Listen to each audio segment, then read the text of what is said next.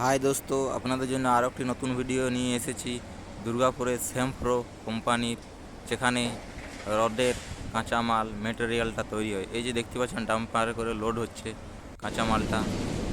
এই যে পুরা গরম গরম আছে, যেখানে অ্যান্থাসাইড কোক বিটুমিনাস মিশিয়ে এই মালটা গলিয়ে এই বড় বড় লোহার পাত্রে ফেলে।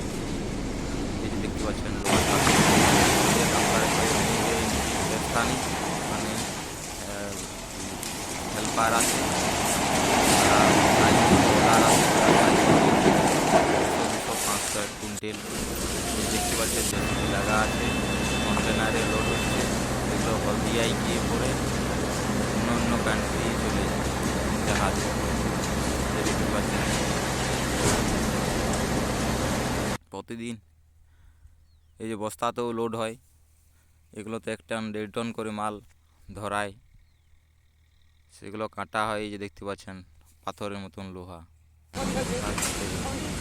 যে বস্তাগুলো চাপাচ্ছে দূরে এই যে দেখা যাচ্ছে, বগলে নেই করে চাপাচ্ছে। লোক আছে সাইজ করার জন্য।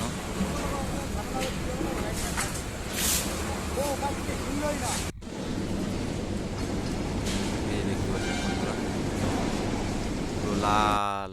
এই যে দেখতে পাচ্ছেন পুরো লাল।